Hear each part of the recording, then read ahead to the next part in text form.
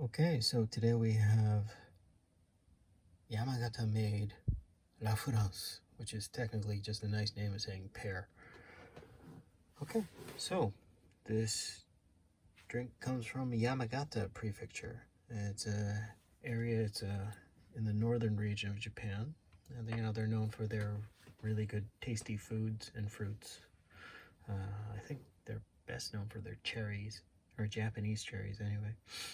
So, the history goes way back in 1903, a Frenchman named Claude Blanchette, I'm sorry if I'm butchering the pronunciation, introduced a French pear to Japan.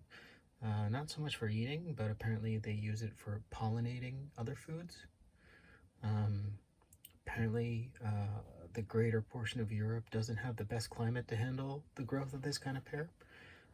So yeah, it's mainly made in Japan, I guess.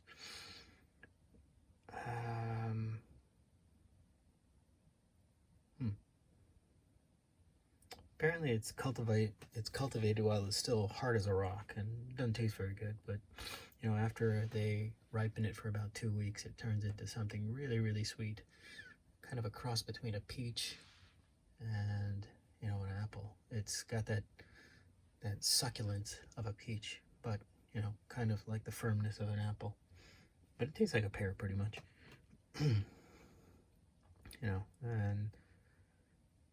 And once it gets nice and tasty, they sell it like all the expensive fruit that they sell over here. I mean, seriously, this country is nuts about fruit and what they're willing to pay for it. $100 for a pound of cherries, or square watermelons. It's just nuts that you can't eat anyway. You just look at it, which is even stupider. Anyway, getting back on track. This drink is made by the Yamagata Food Company under its Sun and Live brand. Sun and Live, Yamagata brand of drinks. Anyway, the key selling point of the drink is being made of, nothing but pear. I'll go into the ingredients in a minute, but it's probably the shortest list I've ever read.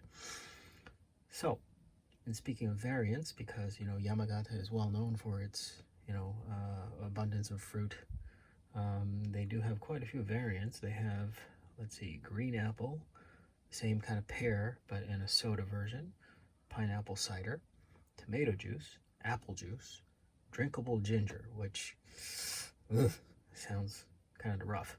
If I ever find it, I might punish myself by trying to drink it. Anyway, getting on to the ingredients.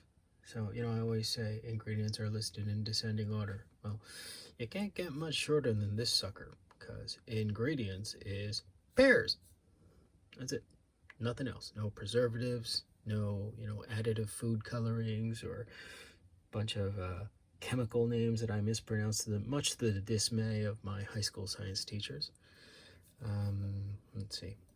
Calorically, it is 96. Oh, first off, it's 160 grams, so it's 160 milliliters, which is a little over 5 fluid ounces. So it's a tiny can. It's 96 calories. It has 0.03 grams of protein, 0 grams of fat, 23.8 grams of carbohydrates, and 0 salt. So, let's see if this really tastes like a pear in a can. It does say shake well before opening, because I guess all this stuff kind of turns into sediment on the bottom.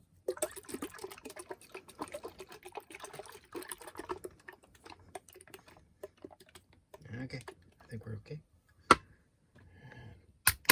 Crack you open. Oh wow, that's a color I wasn't expecting. And wouldn't you know, this glass is a little less than 6 fluid ounces. So, I'm not smelling much pear, but oh wow, that's pear. That is super pear. Let's give it a taste.